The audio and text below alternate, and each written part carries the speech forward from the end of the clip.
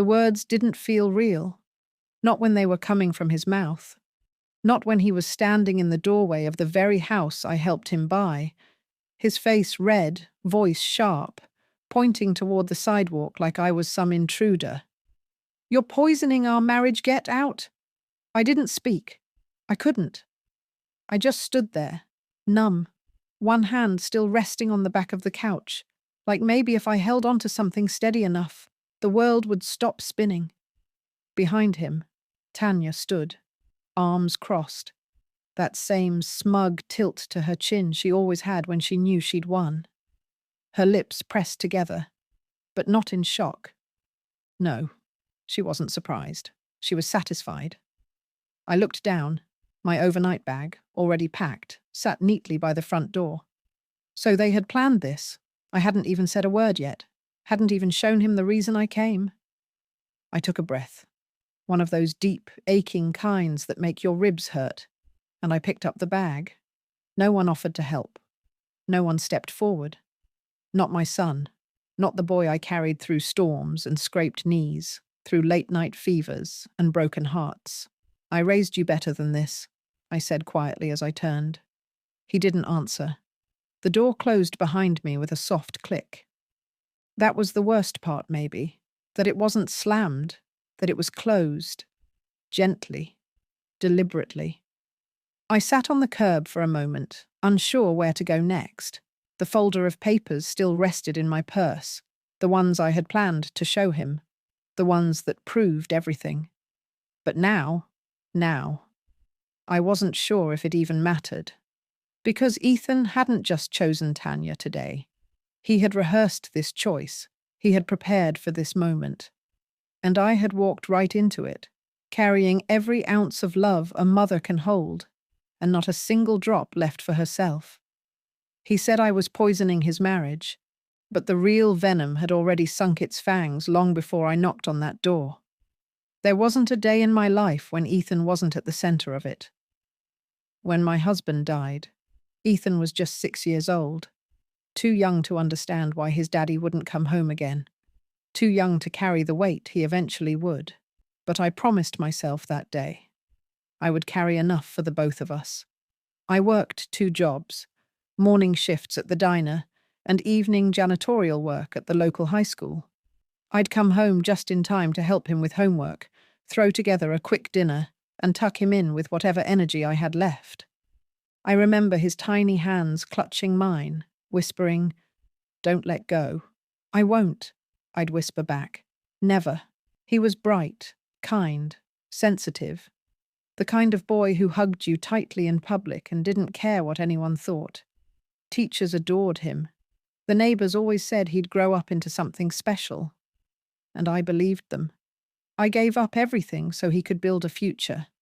I skipped buying new shoes for years to keep up with his piano lessons. I cashed in a small inheritance just to make his college deposit on time. And when he got that degree and walked across the stage in his cap and gown, I clapped so hard I thought my palms would bleed. Then came Tanya. He met her during his internship. She was beautiful, polished, with a voice that sounded like a soft warning bell, even when she smiled. Ethan brought her home one Thanksgiving, and the moment I saw the way she looked at me, like she was trying to read the warning label on a box, I knew. I couldn't explain it. I just felt it. She was polite, yes. Too polite. Not warm, not real. She called me Maureen, never Mum, even after they got engaged. I chalked it up to nerves at first, to unfamiliarity. But now I wonder, was that the beginning of her quiet campaign? When they announced their engagement, I hugged them both, even though something in me clenched tight. Ethan beamed with pride. He told me, "She gets me, Mum. She listens. She wants what's best for us." And all I could think was, I had spent a lifetime giving him what was best, but suddenly my best wasn't good enough. At first, it was little things, so subtle they were easy to overlook. Tanya started calling less when Ethan was at work. If I asked about him, she'd say, "He's busy. He has a lot on his plate." The warmth in her voice never matched the words. I'd call again the next day. Same response. After a while, she stopped answering altogether. When I mentioned it to Ethan, he chuckled and said, "Tanya's just not a phone person, Mum. Don't overthink it." So I didn't. I tried to trust her. Then came the cancelled visits. I'd offer to stop by after church with some food. Tanya would say they were out, or that they had plans she'd forgotten to mention. One time I dropped off Ethan's favourite homemade pot roast, left it on the porch with a little note. It stayed there overnight. The next morning, it was in the trash, still sealed. It stung, but I let it go. Tanya had a way of making me feel like an inconvenience, even while smiling. "That's sweet," she'd say when I brought gifts. But her eyes said something else, like she was tolerating me, like she wanted me to see myself out. Ethan, though, he changed slowly, subtly. He started parroting her language. He told me I should text before calling, that I should respect boundaries. I asked what boundaries I'd crossed, and he said, "It's not personal, Mum. Tanya just needs space." Space. That word became their shield. I was always invading it, it seemed. On one of the few dinners I was still invited to, Tanya told a story about her mother and smiled fondly. "She's my best friend," she said. I glanced at Ethan. He didn't look at me. I laughed lightly and said, "Well, I must have done something right raising you." Tanya responded, "Ethan's doing the real work now. We're building our own family." The shift was complete. I wasn't part of the we anymore. I was quietly being placed outside the circle I had spent my life creating. And worst of all, my son didn't even notice. Or maybe he did, and he let it happen anyway. When Ethan and Tanya started house hunting, I was thrilled. He called me after every open house, sending pictures, asking for advice. "I want your opinion, Mum. You always know what to look for," he'd say. And I'd drop everything just to help. They finally settled on a charming 2-story with a small front porch and a yard just big enough for the kids they hadn't had yet. But there was a problem. It was out of their budget. Ethan sounded defeated when he called me that evening. "It's perfect," he said, "but we're short. Even with Tanya's parents pitching in, we're still behind." I didn't hesitate. "How much do you need?" I had a small savings, money I'd been keeping aside for emergencies, maybe for travel one day, or to finally fix that leaky roof on my own place. But what's a dream compared to your child's future? I wired the money the same week. I even went with Ethan to the meeting at the mortgage office. My name was placed on the deed alongside theirs. "I didn't ask for it," Ethan insisted. "You helped make this possible. It's only fair." For a moment, I felt like I belonged again. But the day they moved in, Tanya barely acknowledged me. She was polite, distant. Her parents stood in the kitchen like they owned the place. When I set a small potted plant by the front door, a simple housewarming gesture, Tanya glanced at it, forced a smile, and said, "Oh, that's cute." I noticed later it had been moved behind the house, forgotten. A few weeks after the move, Tanya brought up the deed, casually, over coffee. "It might be cleaner," she said, "if the house were just under our names. Legally simpler. You know, for taxes." I blinked. "But my name's already on it," she smiled. "Exactly. Which makes things complicated." Ethan said nothing, just looked at his phone. I didn't want to cause tension, so I let it go that day. But a seed of unease had been planted. They never mentioned it again. But neither did I. I should have. I should have asked questions, pressed back, fought harder. Because what I didn't know was that behind my back, Tanya wasn't just planning a future with my son. She was quietly cutting me out of it. I wasn't meant to hear it. It was a Sunday afternoon, and I had stopped by with a lasagna dish, Ethan's favourite. Tanya had mentioned they'd be out, but I saw Ethan's car in the driveway and figured maybe plans had changed. I knocked. No answer. I was about to leave the dish on the porch when I heard voices inside, just beyond the window cracked open slightly above the sink. "She's always dropping by," Tanya said, her voice edged with frustration. "Why does she always need something?"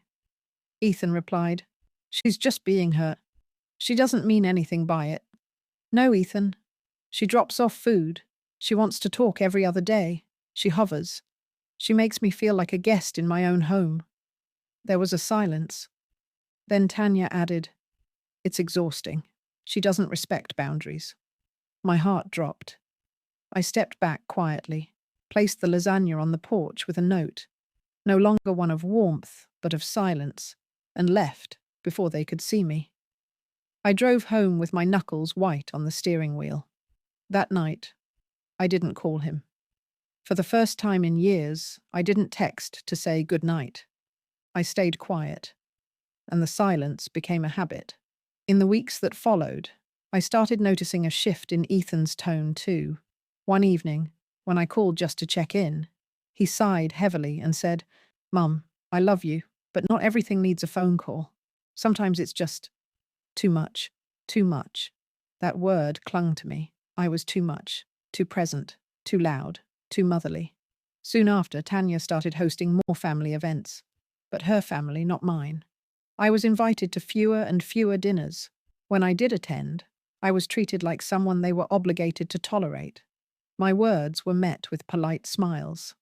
Conversations shifted the moment I spoke. The final blow came on their daughter's birthday.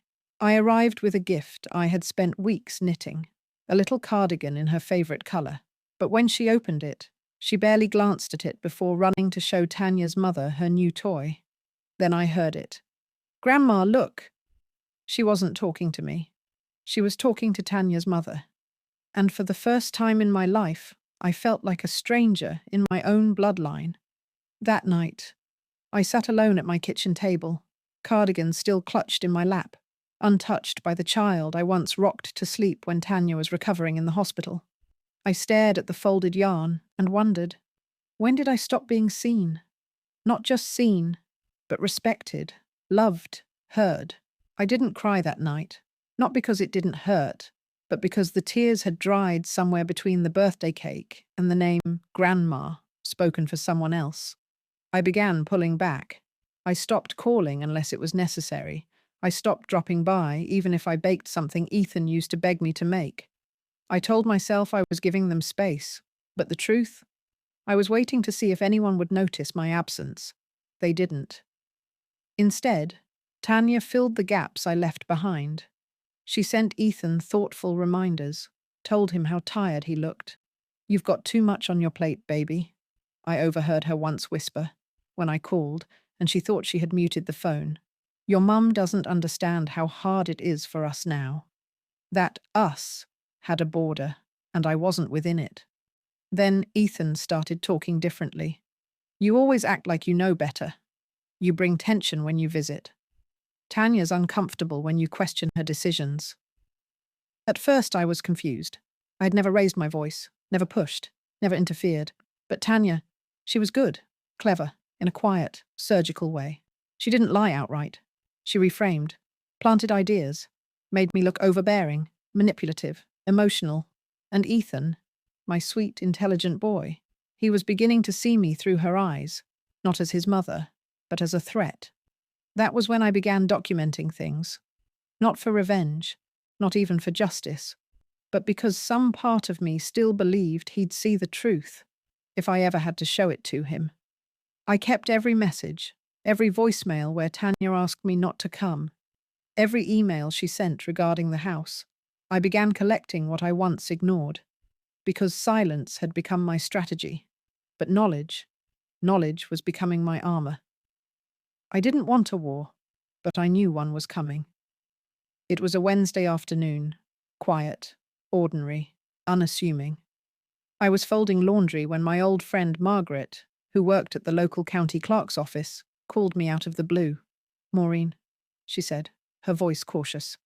"I don't know if I should be telling you this, but I saw something strange." My heart clenched. "What kind of strange?" She hesitated. "Tanya filed a quitclaim deed last week. It removes your name from the house title. I froze. That can't be right, I said, standing there with a towel still half folded in my hands. I never signed anything. That's the thing, Margaret whispered. Your signature's on it. It felt like the room tilted. I sat down slowly, towel forgotten, a quitclaim deed. That meant someone had filed paperwork claiming I was giving up my legal interest in the house, and someone, had forged my name. I thanked her and hung up, then stared at the wall in silence for what felt like hours. When I finally found the document online, my stomach turned. There it was. A neat, looping signature. My name. Only, it wasn't my hand. The loops were off, the curve of the M too stiff. Whoever signed it had practiced, but not enough. I felt sick. The date on the document, the same weekend I'd been recovering from a bad case of bronchitis. I'd been in bed, barely able to sit up, let alone sign legal documents. Tanya had filed it, not Ethan, but I knew she didn't act alone. He must have seen it. Or worse, he agreed to it. And there was more. Attached to the filing was a statement of declaration, a paragraph of legalese that described me as emotionally unpredictable and not in sound mind to maintain ownership rights. I stared at those words for so long they blurred on the screen. That's how they saw me. That's what they said behind closed doors. Not loving, not generous, but unstable. A liability. An inconvenience to be cleared out of the way, quietly. That night, I printed every page and placed them in a folder. It wasn't about the house anymore. It wasn't even about the money. It was about the truth, and whether my son still had any place left in his heart for it. I didn't plan a speech. I didn't rehearse my words. I simply packed the folder into my handbag, slipped on my coat, and walked out the door. I didn't call ahead. I didn't ask for permission. I just knew that if I gave them time, they'd find a way to twist things again. This time, I wanted the truth to be the one surprise they couldn't rewrite. It was late afternoon when I arrived. The sun was beginning to dip, casting long shadows across the front lawn. Ethan answered the door. His expression shifted from surprise to irritation in a flash. Tanya was behind him again, always behind him, like a hand on his shoulder, invisible and possessive. "Mum, you should have called," Ethan said flatly. "I won't stay long," I replied, calm but firm. "I just need to talk to you. Alone." Tanya stepped forward immediately. "There's nothing to talk about. You've been overstepping for months." I looked at her, and for once, I didn't look away. "I'm not speaking to you." Ethan tensed. "Don't talk to her like that." The words struck deep, but I kept my composure. "I came to show you something," I said, pulling the folder from my bag. "It concerns the house, and my name. Or rather the fact that it's been removed without my knowledge." Tanya's eyes flickered. A small shift, almost imperceptible. Ethan blinked, caught off guard. "What are you talking about?" "I'm talking about this," I said, handing him the papers. He opened the folder, glanced at the documents, and grew pale. Page after page, he read in silence. His brows furrowed, his lips tightened. Finally, he looked up. This says you signed a quitclaim." "I didn't," I said evenly. "That's not my signature, and the statement attached calls me emotionally unstable." Tanya interjected quickly. "That's a misunderstanding?" "No," I cut in, louder than I intended. "It's fraud." Ethan looked between us, his voice rising. "You're trying to drive a wedge between us." And that's when it happened, the words I'd dreaded, the final crack in whatever bond we had left. "You're poisoning our marriage. Get out!" He yelled it, loud, final, without hesitation. I stepped back slowly, my heart pounding, but my voice steady. "I came to protect you," I whispered, "not fight her." And then I turned and walked away from the boy I once believed would never stop needing his mother. I didn't cry on the walk to the car.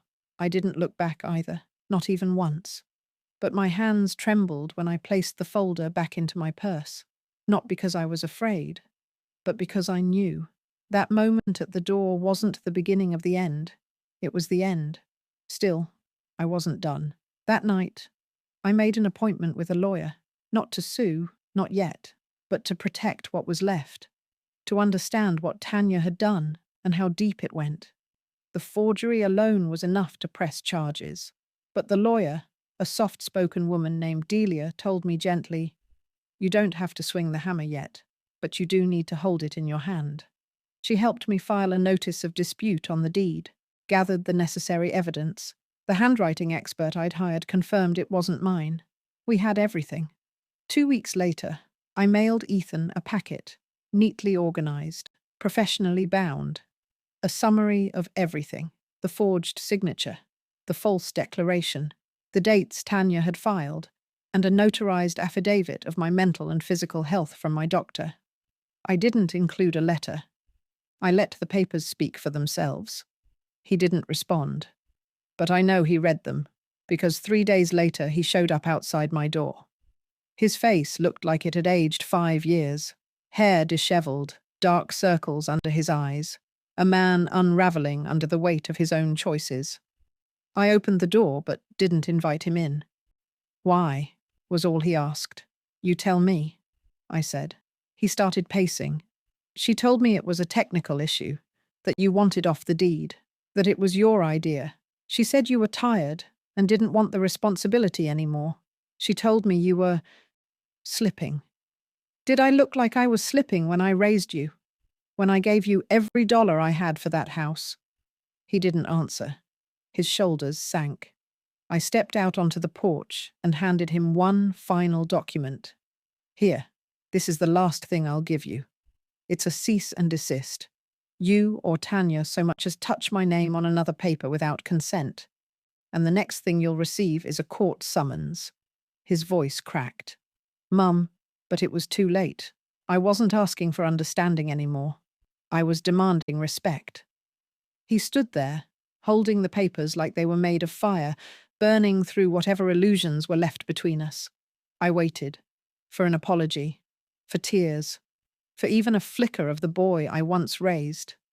But all I saw was confusion.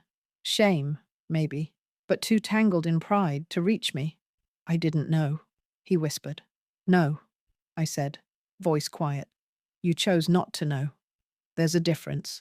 Because it wasn't just the paperwork. It wasn't just Tanya. It was every moment he looked away while I was being erased.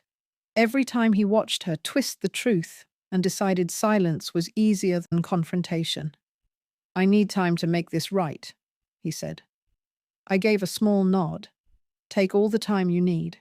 But understand this. There are some doors that don't reopen."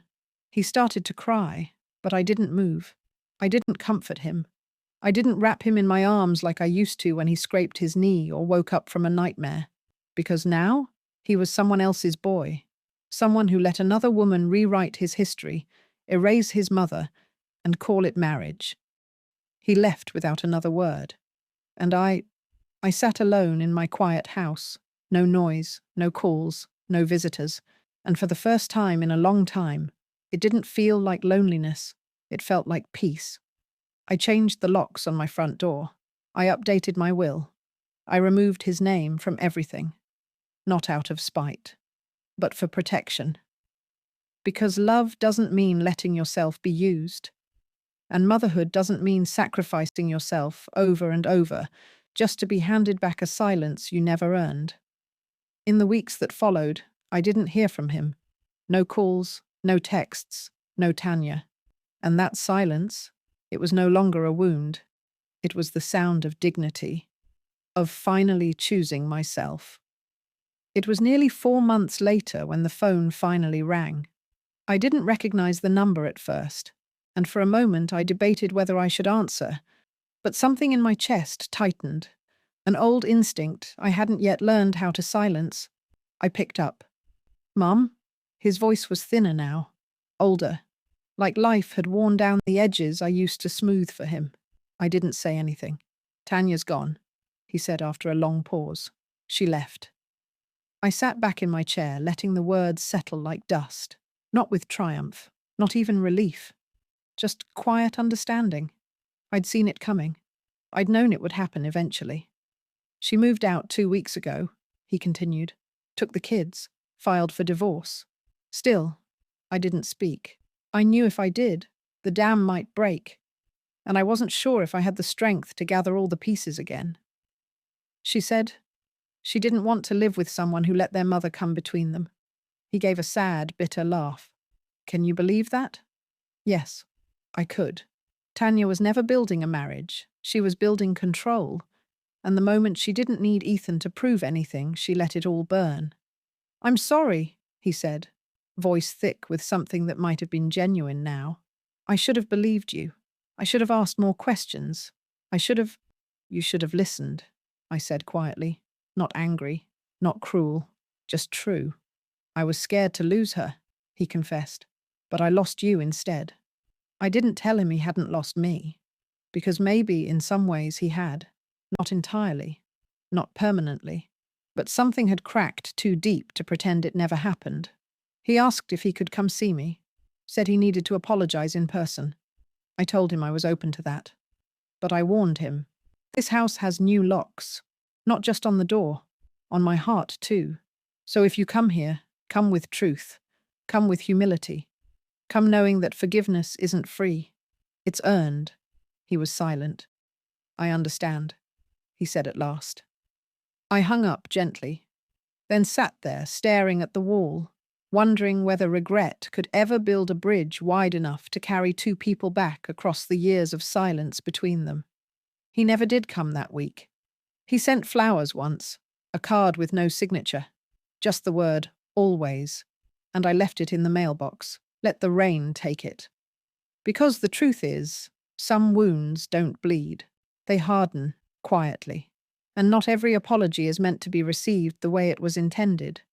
Some are just the echo of a door that stayed closed too long. I didn't stop living. I repainted the kitchen, gave the garden a new life, planted lavender by the fence. Tanya once said she was allergic. That thought made me smile for the first time in weeks. Neighbors came by more. I even joined the local book club again. They asked about Ethan sometimes. I just said, he's busy with life, because the truth didn't need to be offered to everyone. It belonged to me now. Some nights, I still look at old photo albums. There's a picture of Ethan at 8 years old, wearing a paper crown at his birthday party, cake on his cheeks. He had reached out with both arms, yelling, "Mama, look!" I remember that moment vividly. He used to think I hung the stars. I keep that photo, not to remember what I lost, but to remind myself that I did raise a good boy once, and that the woman I was back then, she still exists, just wiser, stronger, less willing to shrink to fit in someone else's story. Sometimes, people ask if I've forgiven him. I say this: forgiveness isn't the same as reunion. I forgave him the moment I realized I didn't deserve what he did. But I don't owe him my closeness. I owe me my peace. And now, I live in that peace.